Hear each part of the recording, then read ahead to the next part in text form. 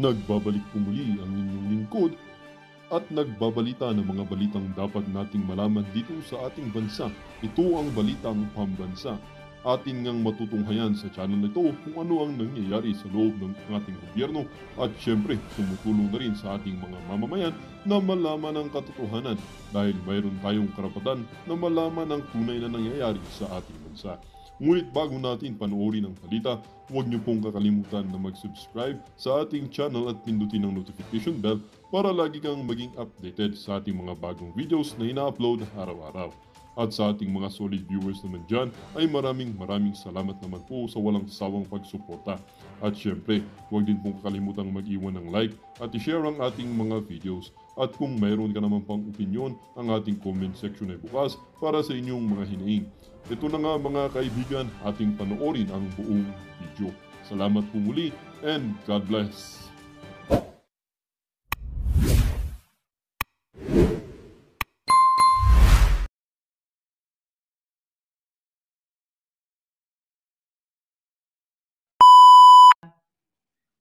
Ito, 2:11 AM, tulog na ako. Sinandan ako ng, ayan, media advisory, VP Sara Duterte, via Zoom, November 22, 2024, 6 PM. So, alas 3 yun ng hapon, ay, ng madaling araw dito. Yeah, alas 3 ng madaling araw dito sa akin. So, naborlog na ako, napagod ang lola ninyo. So, ayan, meeting code, 8, blah, blah, blah, password, da. So, ayan. So, sayang I missed it. I just woke up po. So, yun. So, anyway, pinakinggan ko muna bago tayo magkuda dito. Doon sa interview na ito, media advisory or media and blogger advisory, sayang pagkakataon na sana ng ating alindog na magtanong for the first time sa ating Vice President, but that's okay. At least naman, nakapagbigay ng mensahe ang ating Vice President na kung saan ikinuwento niya kung anong klaseng pagigipit ni Martin Romualdez, ni Lisa Tanas, at si Bangal Jr. Tandaan niyo sa vlog na ito, lagi yung tatlong ugok na yan, okay, kasama ng kanilang mga grupo ng mga sindikato, lagi yan dito, hindi yan mawawala sa ating vlog.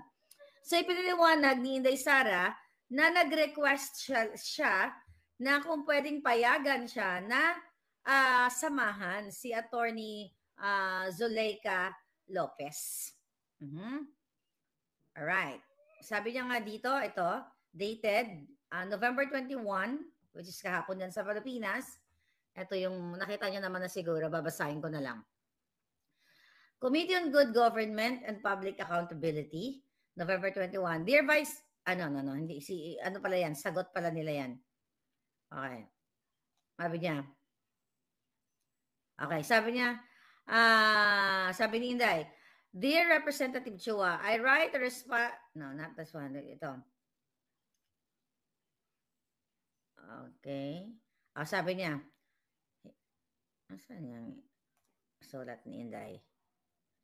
Wait, ito pala. Here.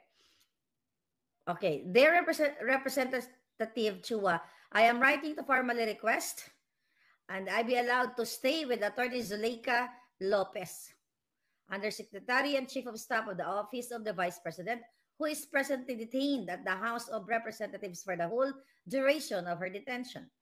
For humanitarian reasons, I request for consideration of her situation given the following circumstances. Number 1, sabi ni Inday dito, grabe ka, alam mo, bago ko to basahin yung request ni Inday Sara, nung pinapanood ko yung part, dahil hindi ko naman napanood yung 10 hours na kasinungalingan, kadyutahan ng Huwad Committee na yon, kung paano nila subukang pahiyain, pero sila pa rin ang namumukhang mga bobo doon sa hearing na yon. Nakikita ko na si Attorney Lopez, pumipikit siyang ganon. So I know, parang sabi ko, parang pagod. The fact na kagagaling nga lang niya sa abroad, di ba? Dinalaw yung kanyang tiyay, nakapikit. Alam ko na pagod. Kasi di ba ako, nakikita ninyo, pag ako pagod dito, pag may mga in-interview dito, hindi mo talaga mapipigilan na pumupungay ang iyong mga mata. Talagang, gaganon ka. But anyway, or even sa pag-vlog, di ba? You're just trying na mapag-usapan yung issue na yon. So makikita mo yung tiredness kay Attorney Zuleika Lopez. Kaya sabi ni Inday dito, number one reason, kaya niya nire-request na samahan niya ang kanyang chief of staff na kumari pala niya, inaanak ng kanyang anak, ninang ng kanyang anak. Alright? Sabi niya, as you may have already noticed during her appearance in the committee hearing yesterday, she has persistent and chronic back problem that often further results in migraines. Okay? Number two, she has expressed since yesterday that she is nauseous and lightheaded. Okay? Number three, she has little sleep because of fears of her security and safety. Number five, she is still experiencing fatigue due to jet lag and sadness about the condition of her aunt. Number six, she has requested me to join so she may have peace of mind and get adequate rest. Okay? So, yung mga humanitarian reasons na hinihingi niya. Samantala, ang sagot naman itong Julul, na itong si Joel Chua, magkakasabot kasi ito. Ito mga asong ulol talaga to ng mga bangag sa Malacanang at ni Romualdez. Okay, sabi niya, I have received your request to accompany your Chief of Staff, Attorney Zuleika Lopez, for the whole duration of her detention for humanitarian reasons. Inasmuch as his humble representation, I would like to accommodate your request, but we are constrained, okay, to abide by the guidelines of the Office of the Sergeant at Arms, or OSAA. Per the guidelines, the facility is for detainees, and the committee has not ordered for your detention. However, you may visit her during the period allowed under the OSAA guidelines. Okay. Sinagot uli ni Inday Sara yan.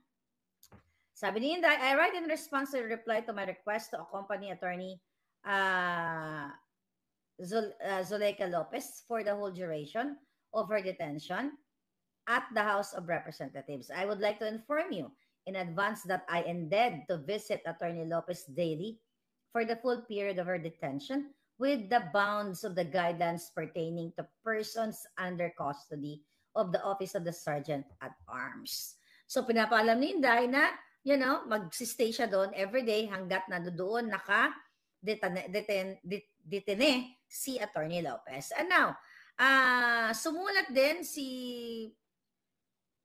Congressman or si Representative Pulong Duterte, which is, di ba, nasabi ko sa inyo kanina na kagabi si Inday ay nagstay sa kanyang opisina. So ito na, true enough, nakita na natin ang dokumento, sabi niya, ito November 22, ang date nito sa usulat na ito papunta kay Chua at isinulat ni Congressman Pulong Duterte. Sabi niya, this representation is writing to respectfully inform you that I have given my sister, Vice President Sara Duterte, for unconditional permission to stay indefinitely in my office to discharge her day-to-day duties. The Vice President's stays will also correspond to her visits to USEC Zuleika Lopez and other OVP personnel who are currently detained under the custody of the Congress Office of the Sergeant at Arms in the Legislative Security Building of the House of Representatives. I guarantee that no illegal acts or unlawful activities shall be committed by the Vice President, her security, and other personnel during her stay. Okay.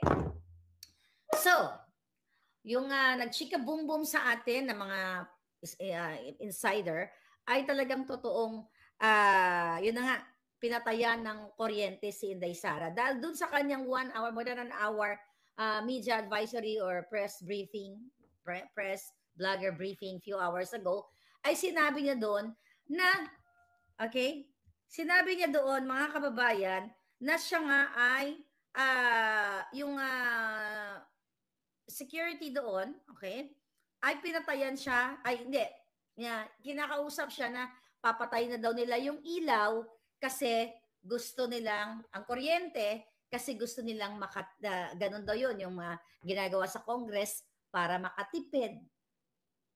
Di ba? Kaya ang sagot ni Inday, patayin nyo na rin yung tubig. Di ba? Putulin nyo na rin yung tubig. Iba din talaga to si Vice President. Putulin nyo na rin, sir, yung tubig. I wish I can be like her, no? Na ang lakas mga asar, very sensible at very napaka puno-puno ng sense of humor, smart, everything, Akala mo talagang lumanay, pero talagang tagos sa buto yung kanyang hindi yun pang-aasar actually, pangsupla sa mga buwaka ng Genemes. Really? Papatayin ang kuryente, jutang, alam nyo mga palangga, okay? Doon sa mga hindi nagmumura, i-mute nyo na lang yung bunganga ko kapag nagmura na ako. Kasi yung mura ko, hindi ko naman yan ginagawa sa daily life ko na dito sa loob ng bahay na yung mga kaibigan or family. Hindi ako nagmumura sa daily life, daily dealings ng buhay ko. Kaya yung mga putang ina na mga buwaka ng ina, dito lang yan kasi deserve yan ng mga politiko. Kung pwede nga nang gumon ko sila tanan, alam mo yun, kung pwede ko nga nang lunukin sila lahat, okay? At isuka ko sila after, I will do it. Diba? Kasi sobra yung pambababoy nila. Itong mga sinasabi ng papatay nila, ang Vice President ng Kuryente, sinabi ko na kanina, ito ay what? Ito ay political harassment. Kasi yung hayop na Martin na yan, nabanggitin kanina ni Inday na bakit siya makikinig sa isang Martin Romualdez. Sa mga dinadakdak ni Martin Romualdez, no, dapat magkapunta na lang dyan sa Kongreso, magpaliwanag. Tangina.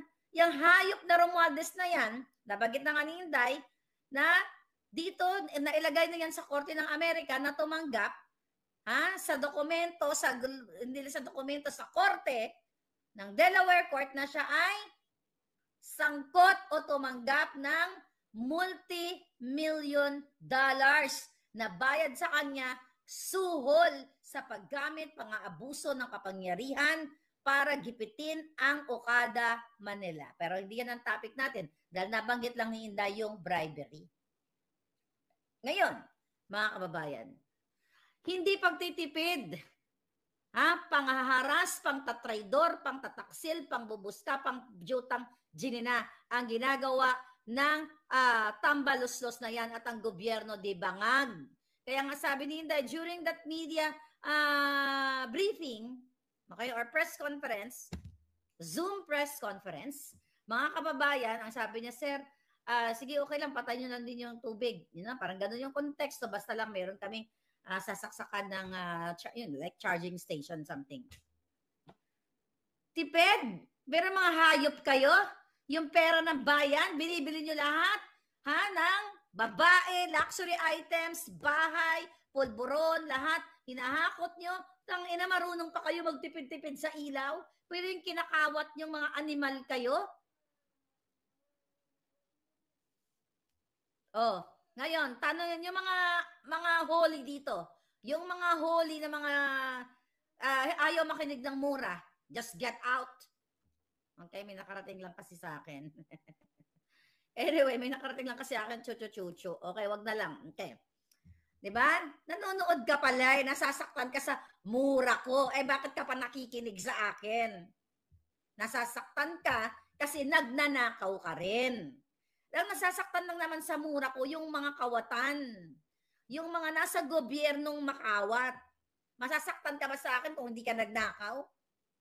Sabi ko nga sa inyo, hindi ako nagmumura sa buhay ko everyday na nagkipagsayahan ako sa kaibigan ko o sa family ko. Nagmumura lang ako dito sa screen na ito para tumagos sa putang inang Romualdez na yan. Nandiyan tumagos yan sa giti ni Lisa. Yan tumagos sa ilong ni Bangag na laging sumisingot. Kaya ako nagmumura. Yung mga Ilonggo dyan, hindi kami nagmumura ng putang ina. Iho di puta lang. Diba? Hindi kami sinaantigo sa mga jutang ginina sa Maynila. Hindi kami ganyan. Okay? But anyway, mga kababayan. Alright. Nakakagalit. Okay? Dahil nga sabi nga ni Inday doon kanina, alam mo, cool na cool. Parang I wish, no?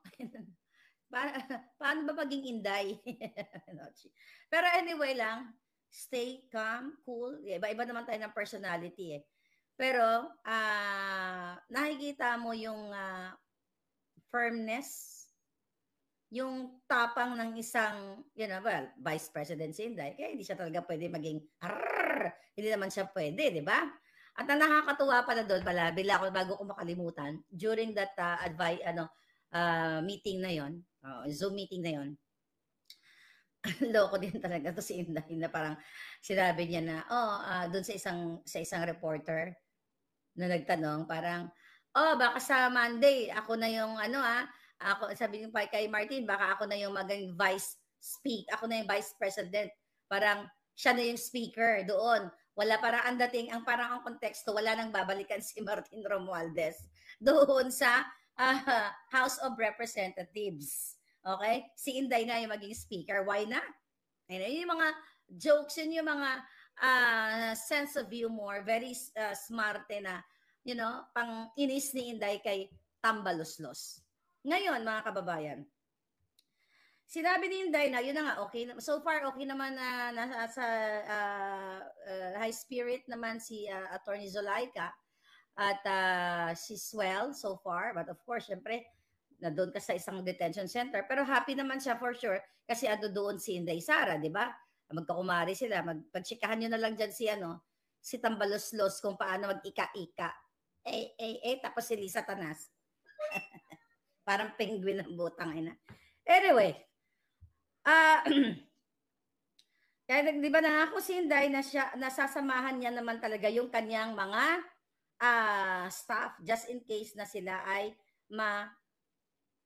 contempt o ma-detain kasi yun naman talaga ang plano nila. Pinaliwanag ni Inday na yung mga ginawa nila talaga, yung mga rules na sinasabi nila, pumunta lang, hindi na sabi ni Martin Romualdez at yung mga buwaka ng inang Huadcom na yan, dito kasi siya pumunta. May panahon pala siya dyan sa kaya Attorney Zulaika. Pero wala siyang panahon sa Huad Committee na yan. Naipaliwanag niya na kaya hindi siya pumupunta kasi nasagot naman niya yung dapat nasagot. At yung mga rules ng mga jutang genimes na Huad Committee ay mga unconstitutional rules. Huwag niyong kakalimutan na si Inday Sara ay isang abogada.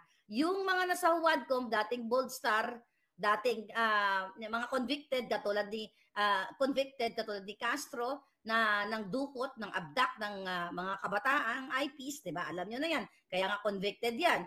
At sino pa? Dating mga rebelding komunista, dating Alex Abongkayo Brigade. Actually mga bobo yung mga 'yun. Kayo mga kongresista kayo, kaya kung lubion na yung mga niyo eh. Lubion ko yung mga kajotahan niyo. But anyway, mga kababayan, yun ang sabi ni Inday Sara, bakit ako sasagot sa isang speaker na na-implicate sa bribery at recorded nga sa korte? Bakit daw siya sasagot sa isang miyembro ng convicted, katulad nga ni Castro, di ba, ng child abuse? Bakit siya sasagot sa miyembro, hindi lang niya pinangalanan, miyembro ng Huad Committee na may utang na 9 million pesos sa law firm ng kanyang asawa? Tinext ko yung aking baka natulog na si Palanga. Tingnan natin, tinatanong ko kung kung sino ba yon. May guess ba kayo? O baka na-late na ako, pinangalanan na ba? Tingnan natin, may tinext tayong mahalagang wala pa siyang sagot. Okay, wala pa siyang sagot. Kinonfirm ko kasi kung sino yung kung sino yung what do you call it? Ang may utang. Yun nga, sabi ni Inday, bakit siya sasagot sa katulad ni Tambaloslos na ginagamit ang ayuda sa vote buying. Okay, sa pamamagitan ng AKAP, TUPAD, AIX, at kung ano-ano pa mga kajotahan na ginagastos nila na multi-billion pesos na pera na bayan na supposedly mapupunta sa mga livelihood programs, pero ang mga ginagawa nila, nagmumultor ang mga hindi punggol para ipamigay, pamudmod ang pera sa mga taong bayan na hindi naman, hindi naman, lahat tayo kailangan ng cash. Kahit ako, may bigyan ako ng 5,000, kahit $20 nga lang ay bigay sa'yo, di ba? Yung feeling na binigyan ka, that's good. Pero, ang mga nasa gobyerno, kaya nga may institusyon eh. Isaalang-alang mo ang mga pondo kung saan magbebenepisyo ang pangkaramihan. Hindi lang yung isang grupo, isang barangay, 2 barangay, 3 barangay, kasi distrito mo yun, kasi gusto mong manalo sa eleksyon. Yan yung konteksto ng pinag-uusapan at sinasabi ni Inday Sara. Kaya sabi nitong tambalususado, di dapat lang siya sumipot at mag-oath at magsalita at mag-explika, bulol pa. Ganito talaga yung pamilya ng mga bangaga, no? Diba? Mga pitla, malang utak, nag-aral pa daw sa tanyag ng... At saan ba nag-aral yung hayop na yan? Hindi ka makabuo ng isang matinong sentence. Lagi nakaganon ang dila. Baka lagi nakasubo ng pulburon. I don't know. Sinisingot pala yung pulburon. Okay, ang kaya ang sagot ni Inday dyan, kilala ko siya as Martin Romualdez. But I did not vote for him for congressman. Ang ibig sabihin, kung siya ay taga Leyte, di ba? Yan ang sabi ni Inday doon, taga Leyte. Bakit daw niya papakinggan si Romualdez? Kasi kilala niya as Martin Romualdez. Sabi ni Inday, I did not vote for him for congressman and speaker. Huwag niya akong pagsabihan kung ano yung dapat kong gawin. Truly. Di ba? Ang hilig-hilig nilang ganun eh. Di ba? Yung mga kongresista, gusto nilang utusan ka kung anong gusto nilang makinig. Gusto nilang marinig diyan sa Congress, sa House of Representatives na yan. 'Di ba? Kasi mga bugo nga. Mga bugo, mango, mabaho ang joto. Sorry palang natakpan nyo na lang ang ears nyo. Okay? Ay, nako, giatay. So, ngayon, ang sabi pa ni Inday Sara doon sa kanilang Senate hearing, yun nga, bakit siya makikinig sa mga julol na ito? Ako lang nagsabi noon, hindi niya sinabi. Basta pag mga word na ayaw pakinggan ng mga jotang ginimes, akin yun, ha? Alright. Ay, nako. Gusto ko malaman, kaninong 9 million? Kaya si Suarez kaya may utang sa kanya? Madam Harlika, good news galing sa vlog ni General Meltran. TV galit na galit sa ginawa nila kay VP. Maganda na tayo sa EDSA kasi darating na ang 75th o 75 Infantry Battalion. Alright? I hope, yun ang sabi ko, mag-speak up day na kayo eh. Ano pa gano'n ang ginahulat nyo? Although siling ni Inday, mag-focus na lang kayo. Wag may mga gustong mag-bisita sa kanya doon, mga kaibigan at ibang mga politiko. Ang siling ni Inday, hindi na, wag na kayo pumunta kasi ganyan, weekend and magtrabaho na lang kayo dahil mas importante yung inyong trabaho. Nakikailangan nyo kumita ng pera. Totoo naman yun. Okay, totoo naman yung sinabi ni Inday. Concerned siya dito sa mga taong ito. But I think you're right, Mr. Latigo TV. Pakilatigo mo nga sila pala. Regaluhan kita ng latigo. Ano mong gusto mong kulay na latigo? Yung may ahas? Ganun ang putang yan. Anyway, mga kabalangga. Kaya sinasabi ni Inday, I will not answer to members of the House of Representatives. Okay? Kasi nga, paulit-ulit pa lang, hindi pa nga si Inday nagre-resign. Alam nyo na to eh. Dahil sa ating mga puting ahas, di ba? Sabi ko nga, November, bago exact statement, well, August pa lang, nagsasalta na tayo ng 2022.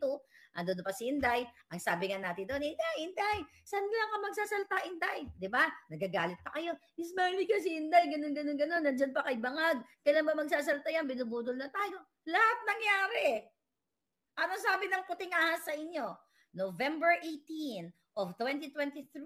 Ang sabi ng puting ahas, Maharlika, iyaw-yaw mo nga dyan sa mga buwaka ng ina niyan. Nagigipit din si Inday, si Pastor, si Pangulong Duterte, at lahat ng mga vloggers. Nagkamali ba tayo? Nagkamali ba si puting ahas? Ako lang naman, para lang naman akong speaker or megaphone ng mga puting ahas. Now, kaya sabi ni Inday dito, bakit nasasagutin yan?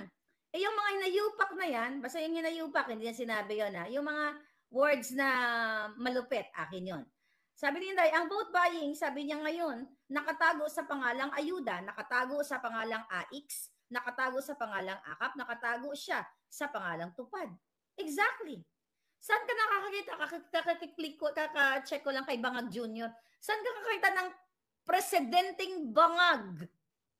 Na laging may bit-bit na DSW, di ba? Picture na France, gaganon aabot, ganyan-ganyan. Ano kayo di putahan, inaabi?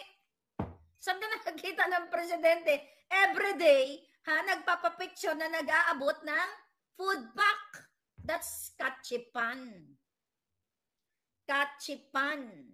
Hindi ganyan ang pagtulong. Pakitang tao yan kung gusto mong tulungan ang buong sangkatauhan sa iyong nasasakupan, bigyan mo ng trabaho, bigyan mo ng binihi ang mga farmers, bigyan mo ng healthcare, bigyan mo ng education, bigyan mo ng tamang what do you call it, mga programa. Ang taong bayan, ang mga kabataan, dahil sila ang pag-asa ng bayan, chuchu para sa pagdating ng panahon, kapag sila habang lumalaki, nahuhubog sila dahil na nutrisyonan ang kanilang mga utok. Paano tayo magkaroon ng matatinong leader kung hindi na ninutrisyonan ng kanilang mga utak? Bangag. Ang nagagawa, yung tig-100, magkano na ngayon ang pakete ng isang, ano ba yan, yung isang pudpud na pulburon na sinisinghot-singhot yan o sinusunog-sunog sa foil. Sabi nga ni Kati Binag, nagkakaubusan na rin ng foil sa tindahan. Totoo ba? Sabi ni Inday, isa lang naman, may nagtanong kasi sa kanya doon Basta nabanggit ka doon, isa lang naman ang gustong gumurgur sa akin. Ang jumatay sa kanya. Sabi niya, si Martin Romualdez. Hindi ba ako nagkakamali sa inyo? Kung kayang gurgurin, bakit pa gusto nilang gurgurin si Inday Sara? Siya. Ngayon pa lang, pag nagkaroon ng eleksyon, sa presidente, panalo na si Inday. Napatunayan naman during the election, siya ang may pinaka-highest votes. Kung kaya nila mag-hire ng assassins, yung tanginang bangag na yan, to target me, kayo dyan, nagpadala ng assassin dito yung mga putang ina mga bangag na yan to target my head. Kaso lang, nag-recruit din ako ng 6 na assassin. No, joke lang. I don't have blood money. Diba? Nag-recruit ako ng mga 6 na mga backlush para akitin ang mga assassins. Kayo mga assassins kayo. Meron ako 6 na backlush. Okay? Tig-2 kayong backlush. Tignan ko lang kung kayanin nyo yan. Anyway. Palangga. Kaya sabi ni Inday, isa lang ang gustong gumurgur sa akin. The gurgur is my word, di ba? Alam yan. Si Martin Romualdez, and I don't think na gagawin niya yan dito sa loob ng House of Representatives. Di ba? Gagawin niya yan sa labas. Mga traidor yan. Yung mga proxy cases, yung ginagawa kay Pastor, ginagawa sa amin lahat. Sa tingin niyo ba? Magpapadala ng assassin. Sa tingin nyo ba, magpapagtatanim ng mga proxy cases, yan putang inang mga yan? Dahil just because of Claire Contreras or just the mere Maharlika? Bakit ba akong gustong gurgurin? Dahil ini-echo ko at sinusuportahan ko ang Duterte, ang previous administration, ang Inday Sara, kumbaga tayo yung mga megaphone.